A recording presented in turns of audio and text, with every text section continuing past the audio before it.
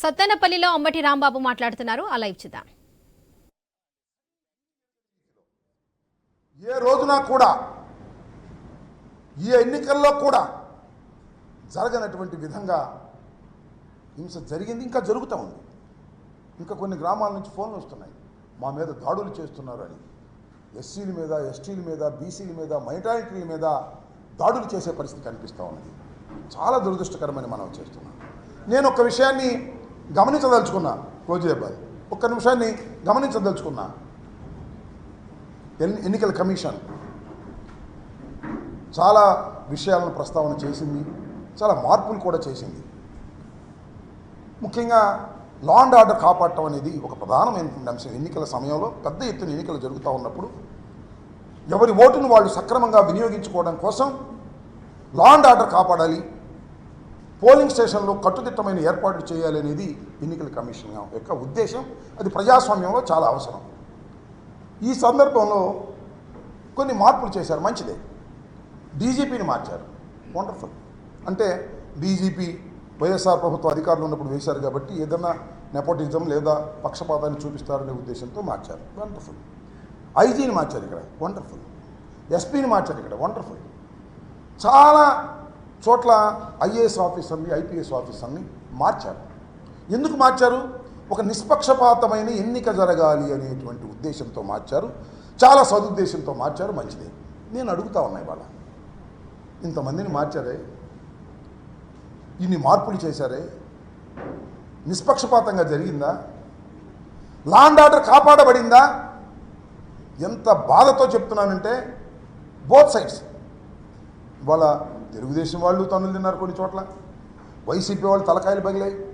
YCP వాళ్ళు ఫోన్లు చేసి, అయ్యా మా ఊర్లో కొడుతున్నారు, మా పోలింగ్ బూత్ను ఆక్రమించుకున్నారు, దౌర్జన్యం చేస్తున్నారు, పోలీసులు పంపండి అంటే, ఒక ప్రజాప్రతినిధిగా ఉన్నా నేను, ఒక మంత్రిగా ఇంకా ఉన్నా నేను, ఒక క్యాండిడేట్గా ఉన్నా నేను, పోలీసులకు ఫోన్ చేస్తే గంటల తరబడి పోలీసులు రీచ్ కానటువంటి పరిస్థితి. మ్యాన్ పవర్ లేదా? ఎందుకు రీచ్ కాలేదు? తలకాయలు పగిలిపోయి వాళ్ళు కొట్టుకొని అలిసిపోయిన తర్వాత పోలీసు వారు వెళ్ళారు, సినిమాల్లో వెళ్ళినట్టుగా. ఏమిటి దుర్మార్గం ఉంటున్నా?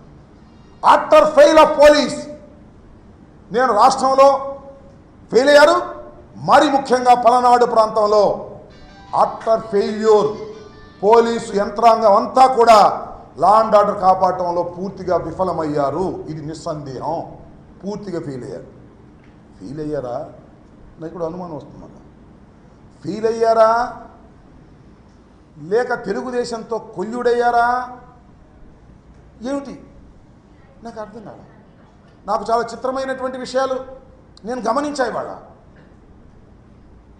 నా నియోజకవర్గంలో నిన్న నేను బూతులు తిరుగుతూ నకరికల్ వెళ్ళాను. నకరికల్లో నాకు నకరికల్ ఎస్ఐ ఫోన్ చేసి, సార్ ఇక మీరు తిరగడానికి వీల్లేదు, అందరినీ హౌస్ అరెస్ట్ చేసేయమన్నారు అని చెప్పారు. ఎవరు? మా పిఏకి చెప్పారు, మణి గోపాల్కి. చెప్పగానే నేను ఎస్పీ గారికి ఫోన్ చేశాను, బిందు మాధవ్ గారికి. I have a respect on Bindu Madhav గారు, IPS officer, I know very well, మనకు కూడా పనిచేశారు. నాకు ఐ హ్యావ్ ఎ రెస్పెక్ట్, ఒక మంచి ఆఫీసర్ అనే అభిప్రాయం కూడా నాకు ఉంది, ఇప్పుడు కూడా అదే ఉంది.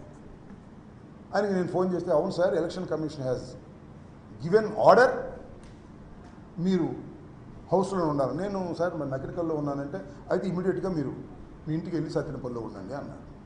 ఇమీడియట్గా బయలుదేరి సత్యనపల్లి వచ్చా. సత్యనపల్లిలో కూర్చున్నా. ఫోన్ వచ్చింది నాకు, కుంకలగుంటలో కన్నా లక్ష్మీనారాయణ గారు తిరుగుతున్నాడు. మళ్ళా కాసేపు ఫోన్ వచ్చింది, గుళ్ళపల్లిలో కన్నా లక్ష్మీనారాయణ గారు తిరుగుతున్నాడు. నేను ఎస్పీ గారికి ఫోన్ చేశాను, వాట్ ఈజ్ దిస్ సార్? నన్నేమో తిరగొద్దన్నారు, నేనేమో ఒక లా అబైడింగ్ సిటిజన్గా, ఒక మంత్రిగా, నాకు సెక్యూరిటీ ఉన్నా ఇంట్లో కూర్చున్నాను, నా ప్రత్యర్థి తిరుగుతున్నాడు, ఏమిటి ఇది అన్నా. No sir, communication with gap, ఆ ప్రత్యర్థిని కూడా ఆపేస్తాము అన్నారు. సరే అలా కూర్చున్నా. చాగంటివారిపాలెంలో కన్నా లక్ష్మీనారాయణ గారి కొడుకంట ఆయన వచ్చాడు. వచ్చి మీ అంతు తేలుస్తామని వార్నింగ్ ఇస్తున్నాడు. అక్కడ నాకు ఫోన్ చేశారు. ఆ తర్వాత అక్కడ సిఐ ఉన్నాడు, రాంబాబు అని ఆయన, నా పేరు గల ఆయనే. ఆ సిఐకి ఫోన్ చేస్తానికి ప్రయత్నం చేశాను, ఫోన్ ఎత్తలేదు. తర్వాత మళ్ళా ఎంపీపీ ద్వారా ఆ ఫోన్ ఇవ్వమన్నా.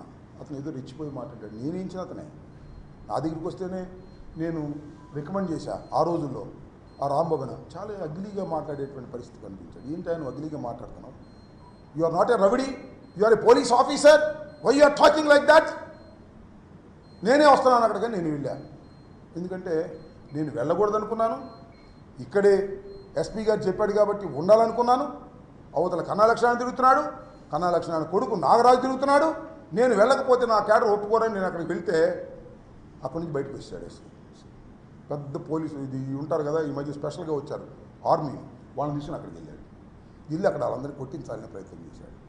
ఈ రాంబాబు అనే వ్యక్తి సిఐఎఫ్ రూరల్ నా టైంలోనే ఇక్కడికి వచ్చాడు.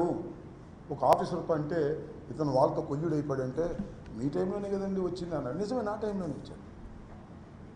నేను ఎవరికి మీ అందరికీ తెలుసు, నా నియోజక ప్రజలందరికీ తెలుసు. పోలీస్ ఆఫీసర్లు ఎవరన్నా రికమెండ్ చేస్తే నేను డబ్బులు తీసుకునే మనిషిని కాదు. ఈ రాంబాబు అనే వ్యక్తి నా టైంలో వచ్చి వాడు అమ్ముడిపోయాడు. నా ఆరోపణ.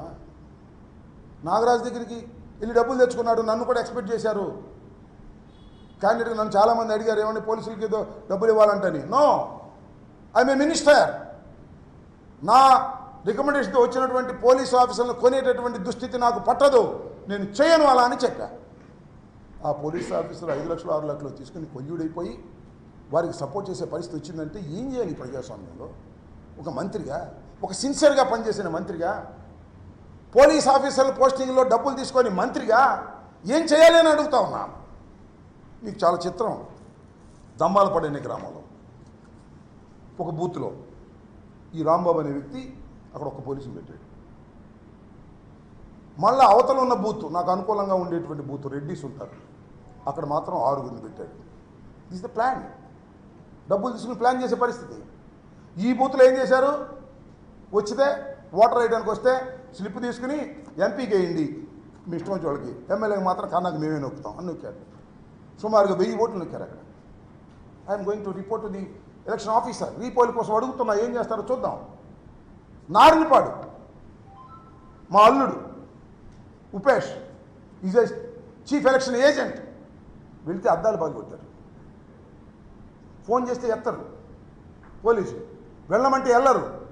Colluded with Narinipadu Telugu Desam group వాళ్ళతో కొల్యూడైపోయి డబ్బులు తీసుకుని ఆ సిఐ, అందరినీ అంటలే నేను, ఆ CI Rambabu colluded with Telugu Desam. అదేమంటే మీరేం జరగా అంటున్నారు, అది వేరే అంశం. Colluded with Telugu Desam, taking money purchased by Telugu Desam, is doing like that. ఏంటి ఇంకా ప్రజాస్వామ్యంలో రక్షణ లేకపోతే? అయ్యా ఓటేస్తుంటే కొడుతున్నారు, నాకు రక్షణ కావాలి అని అడుగుతుంటే పోలీసులకు ఫోన్ చేస్తే పంపనటువంటి దుస్థితిలో ఉన్నామే. 1 కాదు 2 కాదు, కుంకలగుంట, చీమల మర్రి, నారినిపాడు, తమ్మాలపాడు, తొండపి, అది మన గుళ్ళపల్లి, మాదల, ఇవాళ కూడా మాదల్లో జరిగే పరిస్థితి కనిపిస్తాం. What is this? మీరు మార్చారు పోలీస్ ఆఫీసర్లు, ఎలక్షన్ కమిషన్ సిన్సియర్గా చేసేవాళ్ళని పెట్టారు మీరు. ఏంటి జరిగిందని అడుగుతా ఉన్నా. Review it. పోలీస్ ఏం చేసిందనే దాని మీద రివ్యూ జరగాలి ఎలక్షన్ కమిషన్ అని కూడా మనం చేస్తున్న దుర్మార్గమైనటువంటి రాజకీయాలు చేశారు. ఇవాళ మేము ప్రభుత్వంలో ఉన్నామో లేదో మాకు అర్థం కానటువంటి పరిస్థితి. న్యూట్రల్ అపోజిషన్లో కూడా మాకు ఇంతకన్నా బాగా జరిగిందని కూడా మనం చేస్తున్నాం. ఆర్తనాదాలు చేస్తున్నటువంటి వైసీపీ కార్యకర్తలకి పోలీసుల్ని పంపలేని దీన స్థితిలో ఇవాళ మేము ఉన్నాం అభ్యర్థులు అంటే నాకు నిజంగా బాధేస్తుంది, గుండె తరిగిపోతుందని కూడా మనం చేస్తున్నాం. ఇంత దుర్మార్గమైనటువంటి పరిపాలన ఇక్కడ జరిగింది ఈ ఎలక్షన్ కమిషన్ టైంలో అనేది నాకు బాధ.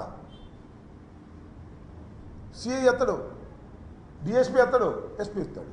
ఎస్పీ గారు పాపం మాట్లాడుతూ ఉన్నాడు, పంపిస్తున్నాను అంటున్నాడు, 5 నిమిషాలు వెళ్తానంటున్నారు, 5 కాదు గంట అయినా కూడా రీచ్ కానటువంటి పరిస్థితి.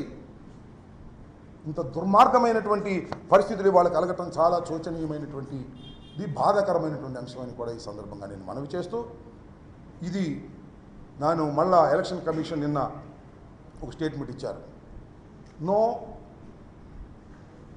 రీపోలింగ్ అని. నేను again I'm asking election commission through media, Dammalapadu, Narinipadu, Cheemalamarri already నేను అప్లై చేశాను. వెబ్ కెమెరాస్ పెట్టారు.